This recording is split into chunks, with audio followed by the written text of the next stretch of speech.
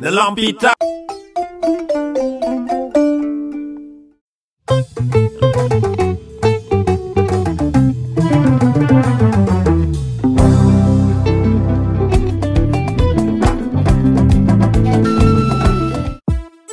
De Lampita. Bamba Kassé la wax Guy Marius Sagna nee na terrain yi ñu may Lions yi se fait rabattre sur le caquet de Bamba Kassé.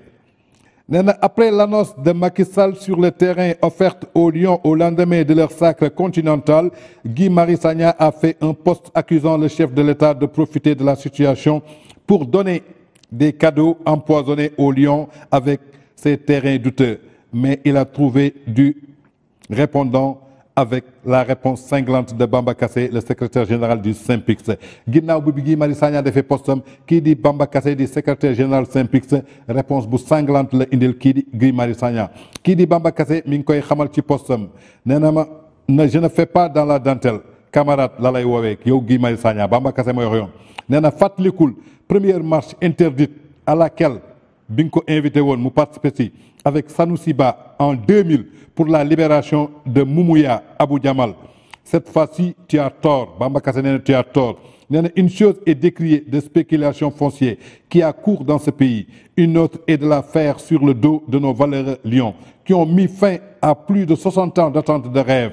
Qu'est-ce qu'un terrain de 200 mètres carrés pour un joueur champion d'Afrique qui, pour les professionnels qu'ils sont, sauf le gardien local du Casa Sport, ce n'est pas grand-chose. Et justement, parce que ce n'est pas grand-chose, il faut l'inscrire dans le registre du symbolique, dit-il. Le secrétaire général du SYNPICS, Bamba Kassé, très actif sur les réseaux sociaux, revient dans 50 ans, les petits-enfants de ces joueurs et leurs encadrements seront reconnaissants à la nation qui avait fait honneur à leur aide. Pour résumer, laisse-moi te dire ceci, que ce soit le montant de son salaire, le joueur de football prend sa retraite avant 40 ans. Contrairement à un enseignant, le joueur n'a pas de salaire à vie. Son contrat peut être résilié à tout moment. Surtout les joueurs africains ont leur carrière qui ne tiennent presque à rien. Tu le sais, toi-même Guy Marius Sagna, le nombre de joueurs qui avaient fait chavirer de bonheur le peuple et qui aujourd'hui sont presque sans sous. Au Sénégal, tous les corps de métier bien organisés ont, via leur coopérative des terrains, presque gratuitement obtenus. Les enseignants, dont certains parlent, font partie de ce lot. Il en est en effet rare de voir un enseignant aller à la retraite sans au moins un parcelle. Il en est de même pour les médecins du public, les infirmiers, etc. Poursuit le journaliste Bamba Kassé, sans salaire ni couverture médicale. Donc, les joueurs n'ont pas de salaire de l'État, n'ont pas de couverture maladie pour eux et leur famille. Ils payent pour se faire soigner et soigner leur famille. N'ont pas de pension retraite. Ils font un sport collectif, mais la plupart ont des destins individuels, sans oublier tout le poids social qui pèse sur leurs frères et peaux. Alors Guy Marius Sagna, retiens ce que tu mérites, qu'ils perçoivent 50 millions et 200 mètres carrés à Dakar et passe à autre chose, conclut ce dernier.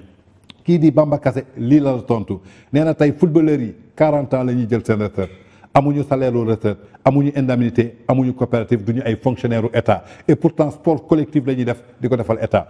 Enseignants yi dañuy am retraite enseignants yi dañuy am ay indemnité médecins yi dañuy am ay coopérative di bénéficier wu ci ay terrain yoo xamante ne seen dërëm du ci dugg enseignant bu ci dem retraite lu mu dee am nga benn sagaru terrain bul fàttee ni que seen contrat mën nañ ko résilier à n'importe quel moment bul fàttee ni que footballeur africain yu bëri yi nga xamante ni tey révélé woon nañu Sénégal ay ñoom Jules François Bocandé ñoom Thierno Youm ñoom Roger Mendy ñoom Souleymane Sané ñoom ñëpp gis nga ci ñu bëri am ay problème suuf te tey suñuy faju dañuy fay di fayal seen famille bul fàttee ni lan mooy pesé wu ci seen ndodd tey suñu déggee international nga sa dëkk tegu sa kaw ngay dimbale ñëpp kon Guy Marius Sagna lan mooy 50 millions lan mooy terrain 200 mètres carrés lu samay tontu nag Bamba Kassé secrétaire général SYNPICS bi boot journaliste yi moo la tontu loolu.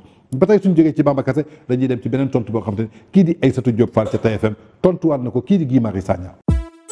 De Lampita.